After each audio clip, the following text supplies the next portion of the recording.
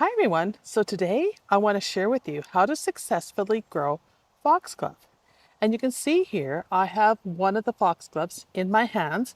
This is the Dalmatian peach. So let's look at these foxglove and I'll tell you a bit more about how to be successful growing them and what I did for success. And if you stay to the end of the video, I'll explain why I didn't have a video out on Friday and share with you what happened that caused me to be absent. So stay to the end and you'll get that update too. So let's begin. So here is my Dalmatian peach in the garden bed right here. You can see them in bloom. We have a few more coming up down below there that are just starting to bloom. And here is the one that I showed you at the beginning of the video.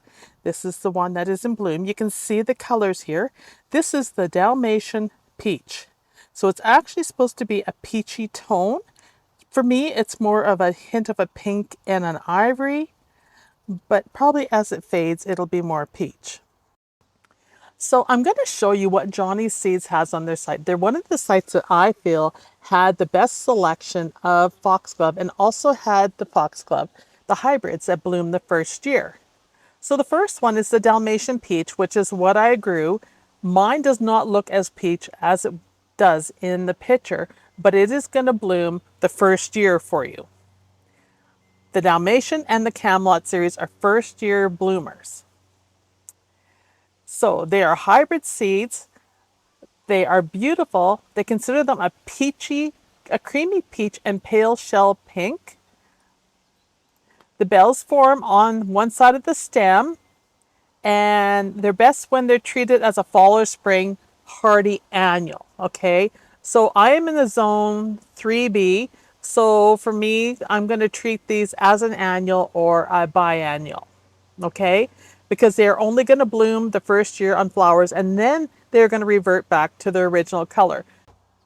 The Camelot series is the next one here, and you can see the beautiful rose pink in color.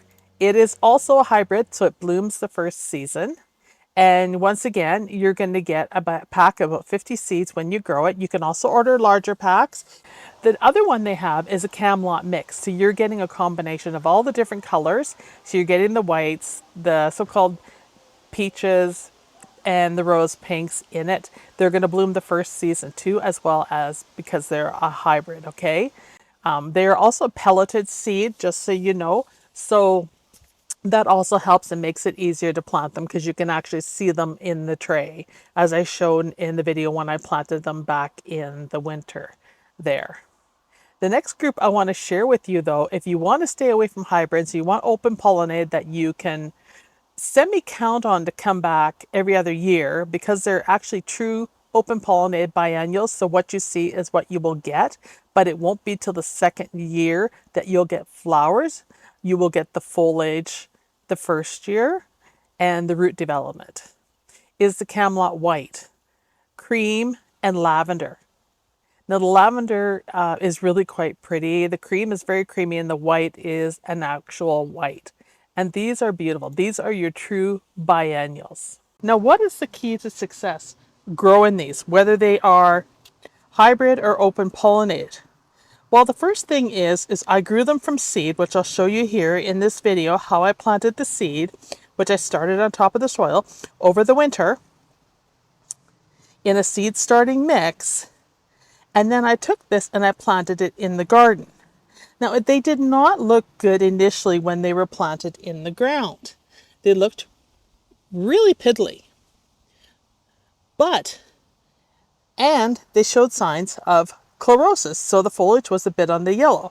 So what I did is I took the drops, fertilizer spikes for evergreens, because that has irons in it, and I pounded spikes, half a spikes, I broke them in half, and I pounded them in around the foxglove. So I pounded them in all around the plants in here, like all around the outer edge of the plants,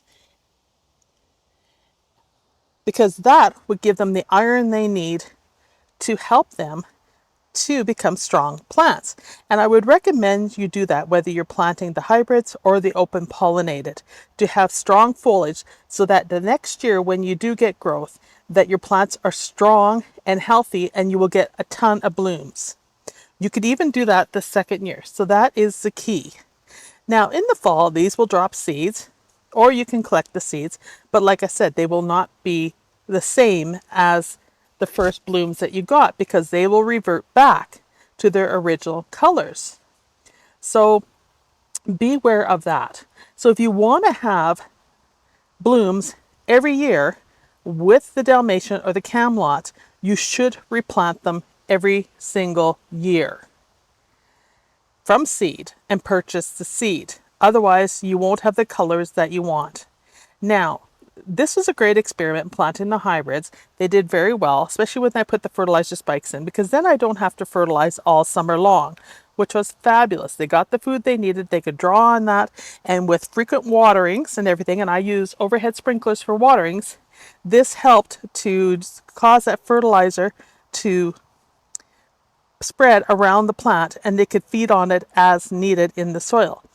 If you did liquid fertilizer on these plants and you put them in an area that didn't get enough water, they probably wouldn't do that great because they need to draw the fertilizer from the soil for the roots, especially the first year. So that is my recommendation. Granular fertilizer works. I mean, you can scratch it in and everything, but it doesn't mean it's going to be enough for the roots. So you need some iron for these plants, in my opinion, from what I've seen from my experience. Anyhow, they need lots of water, they thrive in lots of water, and they thrive in full sun. I would not put these in shade. My success has been in full sun, no shade. They might get a tiny bit off the fence here, as you can see, but pretty much they're getting full sun and they're reaching to the sky here. So those are some of the tips I will give you right now to be successful with these. My recommendation going forward, though, for planting these myself, is I'm going to leave these alone and let them go to seed. I might even collect some seed, but I'm going to plant the biennial next year and start alternating the biennials. Now, one thing I will say is I did not like this peach tone because to me it's not peach, it's kind of a muted rose pink cream. Had I put that with white plants, like the hydrangea behind, and mass planted, it would have looked better. So in summary, if you plant the hybrids, start them inside in probably about the March-April time frame if you're in a cold climate. So like my last frost date is like May 11th, so you must plant them 6 to 8 weeks before that. Put them in the ground and give them some fertilizer spikes that are for evergreens so that they get some iron, and water frequently. Make sure they get full sun and you will have success. If you plant the biennial variety, and I'll show you that variety on the screen, the different varieties and options you have, then you want to do the same thing. However, you want to add the fertilizer spikes, but don't expect blooms the first season. You will get them the second season, and they will be true to the color in these images.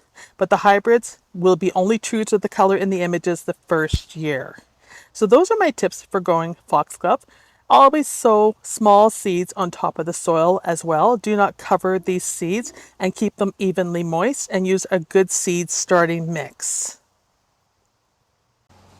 So now I want to share with you why I didn't put out a video on Friday. If you stay tuned and watch this video all the way through, I appreciate it.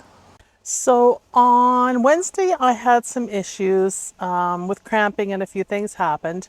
And then Thursday, my back seized, basically is what happened. So I threw my back out. Not sure why, not sure what happened, but my left side was in excruciating pain. I could hardly stand it. I couldn't sit, couldn't stand. I was just in excruciating pain, couldn't tolerate it. Tylenol didn't cut it. So I ended up going to emergency and had a bunch of tests done and a CT scan.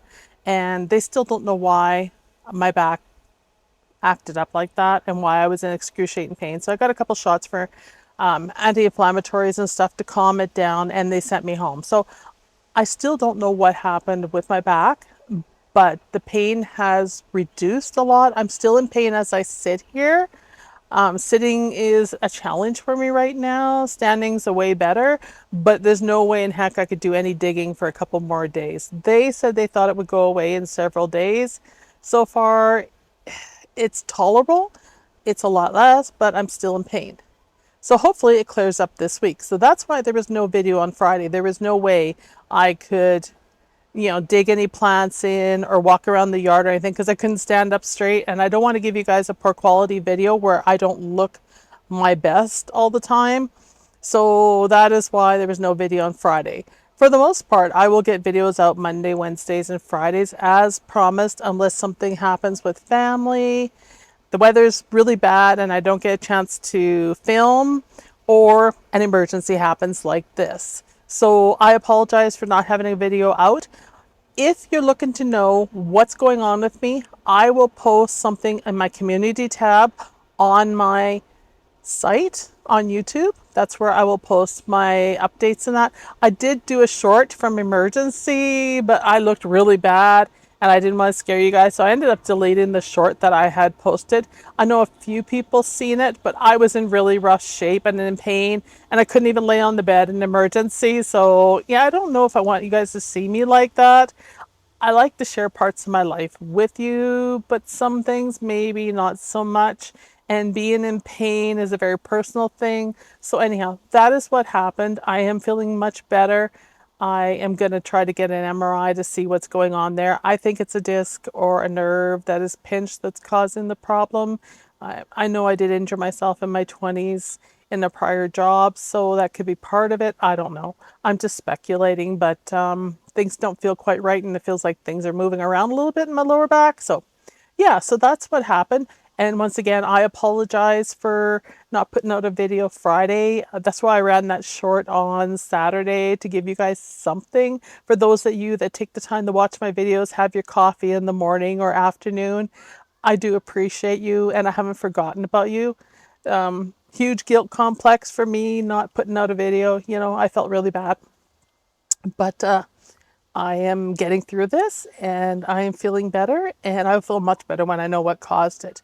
So thank you for taking the time and watching this video, and there will be more videos this week. I just got to take it cool and not go hard hauling rock, or dirt in a wheelbarrow and overdoing it. So thank you everyone. Don't forget to give me a like and subscribe, and I'll see you in the next video. Bye.